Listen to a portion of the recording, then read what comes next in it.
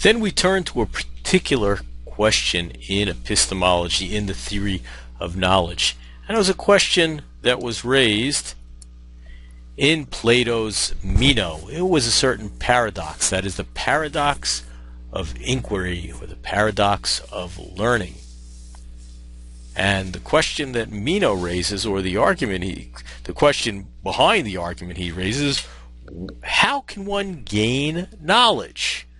And you think through inquiry, learning, or study, which then leads, to the question, and in particular we're looking about knowledge of virtue, but it led to the question, can we come to know anything? Can we gain knowledge at all?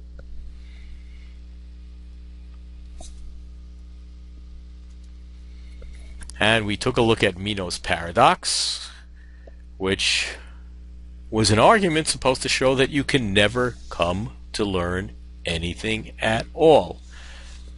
Do you remember what kind of inference it was? It was a dilemma, right? It said either you can come to know something or you can't either you know something or you don't know something. If you do know something, then you can't learn it, you can't come to know it.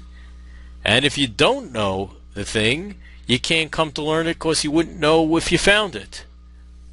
Now, either way, it ends up you can't come to know anything.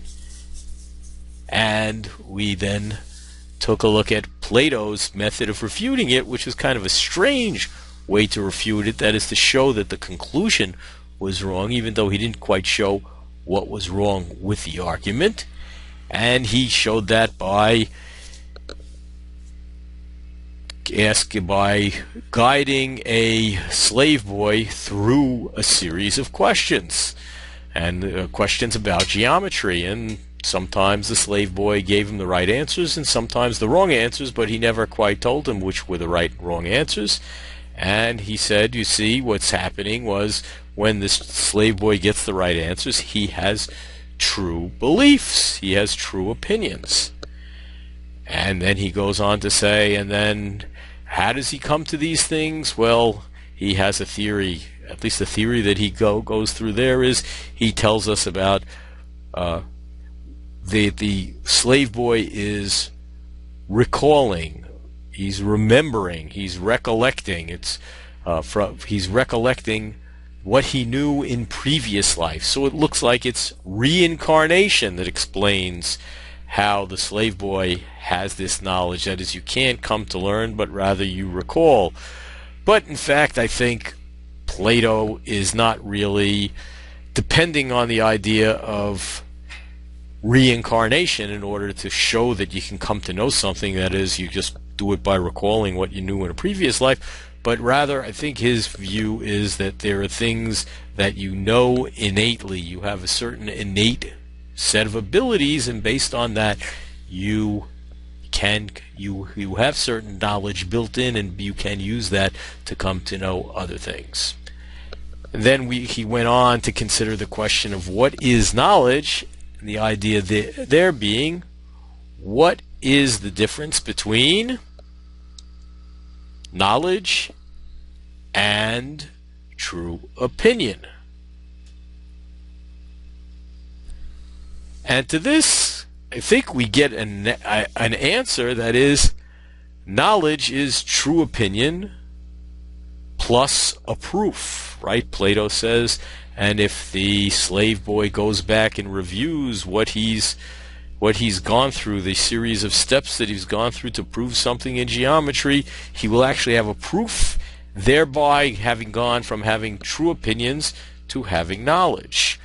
Another way of putting that is the slave boy had true beliefs, and if he goes through it again, he'll have a proof, which in philosophy today converts to what's known as the traditional analysis of knowledge, which is the following definition of knowledge, that a person S knows that P knows some proposition means, well, first of all, the person believes it. In other words, he has an opinion, has a belief. Secondly, what it is that he has a belief about or an opinion on, P, happens to be true. And finally, S has good reason for believing, and that's the account. And I put it this way, good reason for a very specific reason, excuse the pun, because notice the word good. What does that remind you of? And it should bring up the idea of value, of ethics.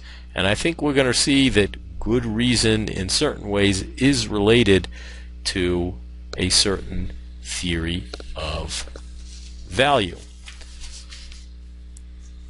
The other thing that's going to kind of be interesting, I think, is when we look at the truth condition, what is it that makes a certain proposition true or not true? Excuse me.